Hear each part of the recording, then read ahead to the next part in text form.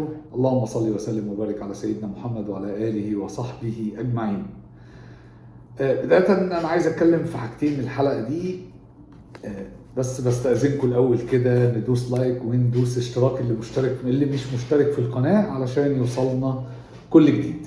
أول حاجة كنت عايز أقول وصول بعثة فريق النادي الأهلي لقطر، وبصراحة الاستقبال كان استقبال أسطوري، استقبال عالمي للكابتن محمود الخطيب والباقي بعثة الفريق. طبعا اتفرجنا كلنا امبارح على الاستقبال، بصراحة حاجة تشرف وحاجة تفرح وحاجة تدعو للفخر لكل مصري مش بس أهلاوي. ودايما بقول لكل مصري، وبقصد بيها لكل مصري ما عندوش الأحقاد اللي احنا عارفينها واللي احنا بنشوفها للأسف من الإعلام أو من إعلام المنافسين للنادي الأهلي. يعني النهاردة طبعا كان في تمرين خفيف، هي البعثة وصلت امبارح، النهاردة كان في تمرين خفيف طبعا ما فيهوش التكتيك والحاجات اللي المفروض انها تخص المباراة، لانه لسه الاهلي النهاردة البعثة كلها هتقعد تتفرج على المباراة اللي بين بوتافوجو البرازيلي وفريق باتشوكا. فطبعا في البعثة هتتفرج، كولر هيبتدي يحط خطته بناء على الفرقة اللي هيلعبها علشان خاطر يشوف نقاط القوة ونقاط الضعف لكل فريق ويبتدي يحط خطته، وهيبقى التمرين بقى بناء على التكتيك اللي هو هيقرره. طبعا كان في التمرين الكابتن محمود الخطيب، وابتدى يتكلم مع اللعيبه وابتدى يديهم طبعا الموتيفيشنز، الدوافع، لان هم يلعبوا المباراه اللي جايه ان شاء الله مع ايا كان الفريق يعني المنافس. وابتدى طبعا يرفع بالروحهم المعنويه ويعرفهم انتوا لابسين تيشيرتات الاهلي والتيشيرت ده تقيل ولازم تكونوا مقدرينه وعاملين حسابه كويس جدا، وعارفين كويس قوي ان انتوا المفروض انكم لعيبه دلوقتي، انتوا مش محليين، انتوا وصلتوا للعالميه، فضروري انكم تكونوا قد الكلمه دي. ما ينفعش انت تلعب في مكان او ما تلعبش، بتلعب في ليفل عالمي وانت من جواك لسه حاسس بانك لعيب محلي. انتوا كلكم لعيبه كبار، كلكم لعيبه عملتوا بطولات كويسه جدا، لعيبه لعبتوا في كاس العالم للانديه اكتر من مره، في اكتر من لعيب لعب اكتر من مره في كاس العالم للانديه. ومن ضمن الدوافع كمان انه حفزهم بلائحه خاصه للبطوله دي. لائحه بتقول انه الفريق يعني ان شاء الله النادي الاهلي يتخطى الدور ده ويوصل للمباراه النهائيه، هيكون في مكافاه لكل لاعب 750,000 جنيه. كل لاعب هيبقى ليه 750,000 جنيه. هو ده اللي كنت حابب اتكلم فيه في بعثه النادي الاهلي والمباراه ان شاء الله القبل النهائي اللي هيلعبها ان شاء الله مع ايا كان زي ما قلت المنافس. نروح بقى لموضوع تاني مهم جدا، وهو كمالة للحلقة بتاعة امبارح، وهو موضوع هروب جوزيه جوميز من الزمالك. طبعا كلنا عرفنا طبعا اللي حصل، وعرفنا ان جوزيه جوميز امبارح جاله عرض من نادي الفتح السعودي، وعرض بمبلغ خيالي زاغل للعينيه، قال لهم مع السلامة.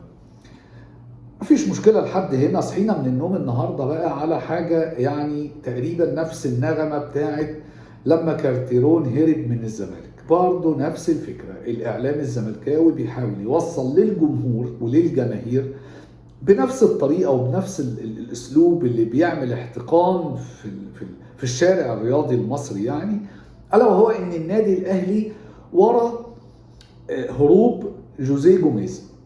حاجة يعني تدعو للكوميديا بصراحة مش عارف هقول ايه فيها، مش اكتر من انه اللي بيحصل ده يا جماعة انتوا مجانين. ده ضرب من الخيال ان يكون الاهلي ليه يد في ان جوزيه جوميز يمشي من الزمالك. يعني ايه اصلا الاهلي يكون ليه يد؟ يعني هل هو مثلا، اولا احنا كلنا عارفين ان العلاقة بين محمود الخطيب وتركي آل الشيخ مش احسن حاجة، ففي ناس والله بيعملوا سيناريوهات تتعمل افلام، وانا مش عارف اصلا السيناريوهات دي ما تجيش على بال ابليس، بس هم اسوأ من ابليس اصلا. يعني اصلا ابليس ممكن يستعيذ بالله من الشيطان الرجيم فيهم.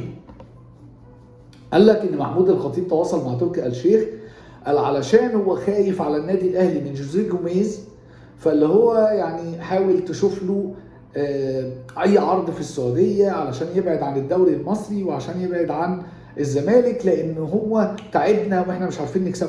مش عارفين نكسب مين؟ ما احنا لسه واخدين منه السوبر المصري، وهو كسب مننا السوبر الافريقي لانه الاهلي كان وحش. الاهلي نزل مستهتر بالزمالك، نزل مش مدي الزمالك احترامه الكامل، علشان كده الاهلي خسر الماتش ده. لكن لما حط الزمالك في مكانه الحقيقي والطبيعي عادي عرف يكسبه في السوبر المصري، مفيش مشكله، وكسب البطوله والدنيا مشيت زي الفل. فمنين انا هبقى خايف واكلم تركي آل الشيخ علشان يشوف نادي لجوزيه جوميز فيتحط له الاموال الفلوس دي كلها والارقام دي كلها علشان خاطر يسيب الزمالك ويمشي، يبقى الاهلي السبب؟ يا جماعه انتوا مش منطقيين ومش طبيعيين. فيعني اتمنى ان الناس دي تعامل ربنا شويه، تعرف ان في ربنا موجود وهو مطلع على كل اللي بيعملوه، مطلع على كل اللي بيقولوه، مطلع على كل افكارهم الزباله اللي دايره جوه دماغهم. واسف انا جدا لللفظ، بس دي الحقيقه الوحيده، هي فعلا افكار ما تطلعش غير من صفيحه زباله. فهو ده اللي كنت حابب اقوله. الحاجه الثالثه بقى، طبعا دي مش هحكي فيها كتير لان بصراحه كلها فتي، الاعلام بيتكلم فيها كتير قوي واليوتيوبرز بيتكلموا عنها كتير قوي، هي صفقات الاهلي اللي تخص كاس العالم اللي جاي ان شاء الله في امريكا. طبعا يا جماعه كل اللي بيحصل دلوقتي، كل اللي بيتقال دلوقتي كلام ولا اي اساس ليه من الصحه. النادي الاهلي يعني حاطط كل ملف التعاقدات ده اون هولد لحد ما تخلص البطوله ان شاء الله بتاعه الانتر كونتيننتال، وبعدين يبتدوا يفكروا مين هيجي ومين هيروح ومين هيجي في يناير ومين هيجي في فتره الانتقالات اللي الفيفا فتحاها خصيصا للبطوله دي، انك تقدر تجيب لعيب اعاره لمده شهر بس يلعب معاك البطوله ويروح. فلسه مفيش اي قرارات اتحطت ومفيش اي حاجه معروفه، فهي كلها بس تكهنات وكلها توقعات وكلها فتي زي ما بنقول.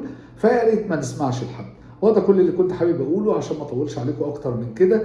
اتمنى اللي عجبه الفيديو يدوس لايك ونعمل اشتراك في القناه علشان يوصلنا كل جديد.